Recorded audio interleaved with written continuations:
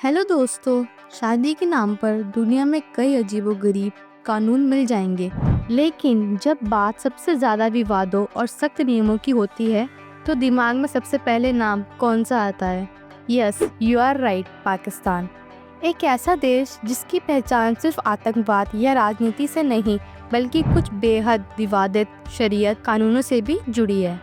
हम आतंकवाद पर कोई टिप्पणी नहीं करेंगे क्योंकि आतंक का कोई धर्म नहीं होता, लेकिन आज बात करेंगे इस्लामिक लॉज की, उन कड़वी सच्चाई की जो आज भी वहाँ की औरतों को खामोश रहने पर मजबूर करती है।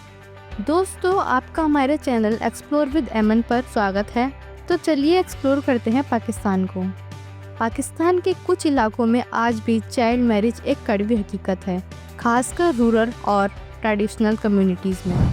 सिंध में भले ही 18 साल से कम उम्र में शादी गैर कानूनी हो, लेकिन बाकी प्रांतों में अभी भी लड़कियों की मिनिमम मैरिज एज सिर्फ 16 इयर्स है। अलग अलग इलाकों में अलग अलग कानून, और उसी से पैदा होता है कंफ्यूजन और कन्फ्लिक्ट। शॉकिंग बात तो ये है कि कई रिपोर्ट्स में तो 14 एज से कम एज की लड़कियों की शादी की खबरें आती रहती हैं। रिलीजियस बॉडीज कई बार इन लॉज को शरीयत के खिलाफ बताते हैं, लेकिन जब निकाह की बात आती है शरीयत लॉ ऑलमोस्ट हर शादी को मान्यता देता है।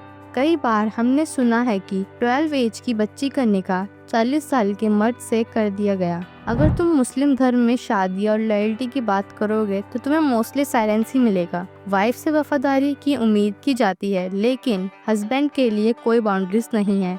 पाकिस्तान में मर्द को 4 शादियों की इजाज़त है, लेकिन विद कंडीशंस जिसका किसी को आज तक एग्जैक्ट पता नहीं। 1961 के मुस्लिम फैमिली लॉ ऑर्डिनेंस के मुताबिक दुनिया दूसरी शादी के लिए पहली पत्नी की रिटर्न परमिशन जरूरी है, लेकिन प्रैक्टिकली आजकल कोई इस रूल की परवाह नहीं करता।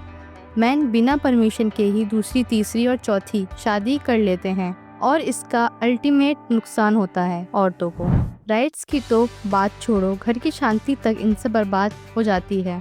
कुछ लोग ये कहकर डिफेंड करते हैं कि पाकिस्तान में लड़की की मर्जी के बिना शादी नहीं हो सकती, क्योंकि कबूल है कहे बिना निकाह नहीं होता। लेकिन असल में कई बार पेरेंटल प्रेशर इतना होता है कि लड़की की मर्जी का कोई मतलब नहीं रहता। इस्लामिक लॉ कहता है कि कबूल है कि फॉर्मल कंसेंट जरूरी है, लेकिन ग्राउंड रियलिटी में गार्डियन की मर्जी ही फाइनल होती है और girls personal wish of 10 gets ignore.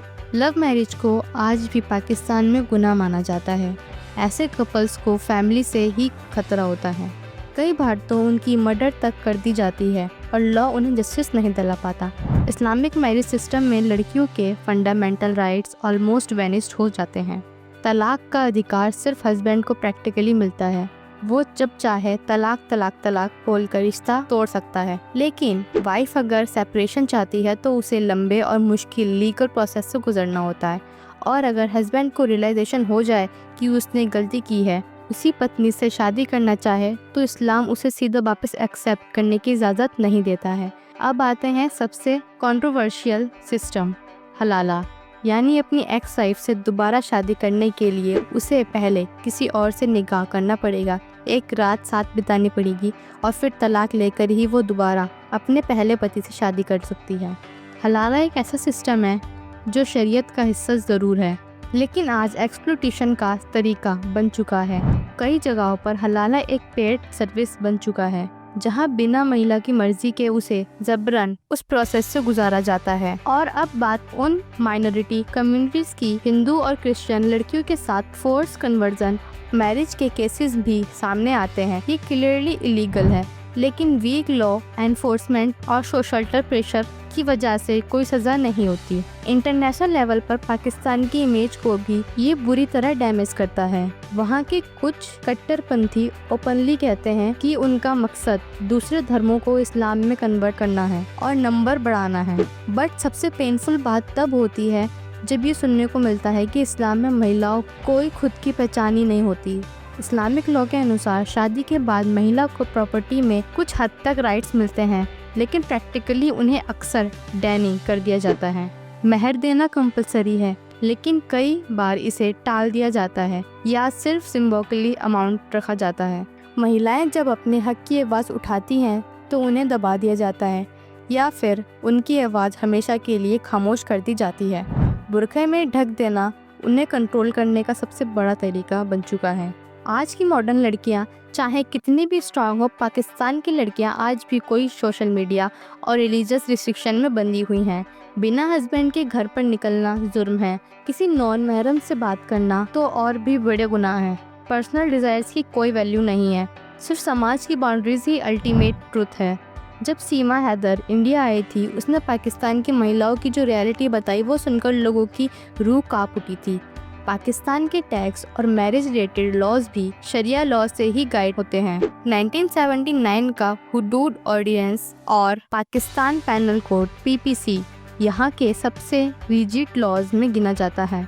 इनमें न सिर्फ वुमेन की फ्रीडम बल्कि LGBTQ+ कम्युनिटी के राइट्स को भी बहुत लिमिट किया गया है। विवाह के बाहर सेक्सुअल रिलेशन को यहाँ जीना कहा जाता है, जो एक पनिशेबल ऑफेंस है। अगर कोई कपल म्यूचुअल कंसेंट से भी शादी के बाहर रिलेशन बनाता है तो उसे क्रिमिनल माना जाता है। पनिशमेंट उम्र कैद से लेकर पब्लिक फ्लॉजिंग तक। अगर रेप प्रूफ नहीं हुआ तो विक्टिम महिला पर ही जीना का मुकदमा चल सकता है। रेप प्रूफ करने के लिए 4 मुस्लिम पुरुष गवाह चाहिए, जो प्रैक्टिकली इम्पॉसिबल है। मतलब अगर बतलाकर हुआ लेकिन प्रूफ नहीं मिला तो विक्टिम भी क्रिमिनल बन जाता है। और अब सुने सबसे अब्सर्ड बात, मार्टियल रेप यानी शादी के अंदर जबरदस्ती को पाकिस्तान में अपराध ही नहीं माना जाता। हस्बैंड चाहे जब जैसे जितना चाहे, वाइफ की मर्जी हो या ना हो, ये उसका लीगल राइट माना जाता है। डोमेस्टिक एब्यूज और सेक्सुअल वायलेंस की शिकार होती हैं महिलाएं और कोई सुनवाई नहीं। PPC की धारा 377 के तहत होमोसेक्सुअलिटी एक पनिशनेबल ऑफेंस है। 10 साल की जेल, फाइन या इवन उम्र कैद तक। LGBTQ+ लोग ना कानून से सेफ हैं ना सोसाइटी से, इसलिए वो अपनी आइडेंटिटी छिपाकर जीते हैं। प्रोस्टिट्यूशन, पेड सेक्स या ब्रोथल चालान भी इलीगल है, लेकिन लॉफुल एक टेम्पररी मैरिज, एक ऐसा निकाह जिसमें कुछ घंटों के लिए शादी होती है ताकि सब कुछ हलाला लगे। इसी के नाम पर कई लोग अपनी हर लिमिट क्रॉस करते हैं। जीना लॉ, मार्टियल रेप, हॉनर किलिंग, सब कुछ दिखता है कि वहाँ राइट सिर्फ मर्दों के पास हैं और औरतें बस एक रिस्पॉन्सिबिलिटी मानी जाती है। दोस्तों, उम्मीद है आपको ये वीडियो और इसकी इन्फॉर्मेशन वैल्यूएबल लगी होगी। हमारा विरोध किसी धर्म या देश से नहीं है, बल्कि उन कुरीतियों से है जो इंसानियत के खिलाफ है। तो दोस्तों, वीडियो पसंद आया तो वीडियो को लाइक करना और कमेंट करके ज़रूर बताना ये वीडियो कैसा लगा, और चैनल को सब्सक्राइब करना भी ना भूलें।